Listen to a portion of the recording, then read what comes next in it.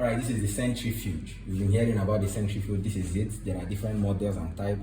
This is one that manufactured by this company, EBA12. There are different kinds. I'm sure you've seen different kinds of centrifuge, and it's a very essential tool in the laboratory.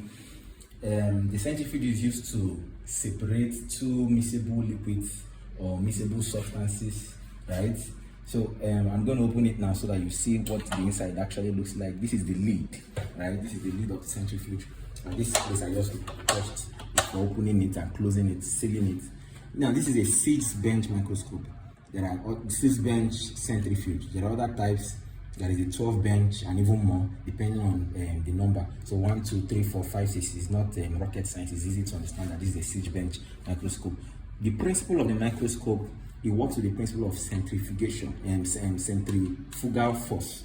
So it rotates around on a particular axis. This is the axis on which it rotates, just so that by its rotation and by rotating at different speed, it can be able to separate two miscible things, the lighter one above and the heavier one below. That's just this principle of centrifugation.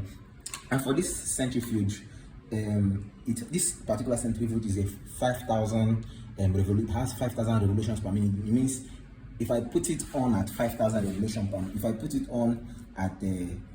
it on now, it can rotate 5,000 times in 1 minute.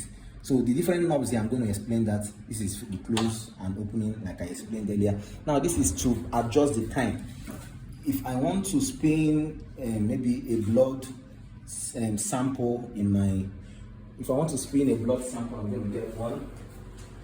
If I want to spin a blood sample, this is a blood sample and in an EDTA container. I want to see the serum and then separate it from the whole blood. Okay, I'm going to make another video where we explain serum and whole blood, but for now, let's make do with this. I'm going to set this in a particular number. So, but mind you, that you cannot separate, you cannot spin on the centrifuge, you cannot use the centrifuge if you don't balance the centrifuge. Otherwise, it's going to be shaky, it's going to be rocky. But just to make sure that the centrifuge functions well, I have to balance it, right? So this is my sample A. This is my sample B.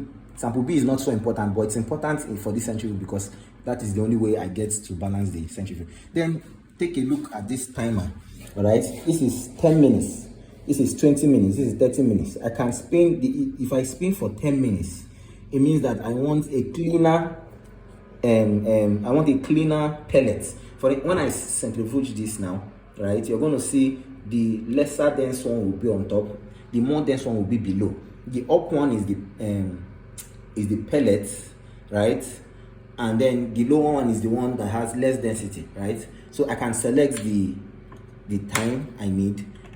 I just want you to see. Normally I'm supposed to have this closed, but it's spinning now, and as it continues to spin, it's going to separate that blood, right?